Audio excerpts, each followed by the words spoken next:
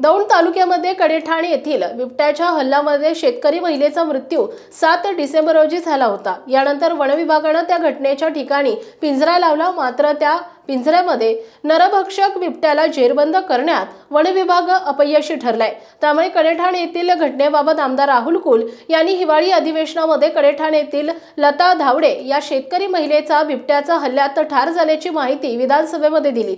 तसेच यावर ठोस उपाय करावे लागणार आहेत याबाबत विधानसभेमध्ये आवाज उठवलाय। कडेठाण येथे शेतात काम करणाऱ्या शेतकरी महिलेवर बिबट्याने हल्ला करून तिचा बळी घेतल्याची घटना घडली होती। त्या अगोदर काही दिवसांपूर्वीच बोरीपारधी हद्दीमध्ये बिबट्याने 6 महिन्यांच्या बाळाचा बळी घेतल्यानंतर आता तालुक्यातील कडेठाण येथे घटना घडली आहे। दौंड तालुक्यात बिबट्याने धुमाकूळ घातलाय। भीमा नदीच्या पट्ट्यात असलेल्या दौंड तालुक्यातील कानगाव, हातवळण, नांदगाव, कडेठाण तर शिरूर तालुक्यातील मांडवगण, फराटा, गणेगाव, सादलगाव, वडगाव, रासाई या भागात बिबट्याने तांडव केलाय। दौंड तालुक्यातील कडेठाण शेतकरी शेतात काम करणाऱ्या लताबाई धावडे यांच्यावर बिबट्या अचानक हल्ला करून त्यांच्या ऊसाच्या शेतामध्ये नेले।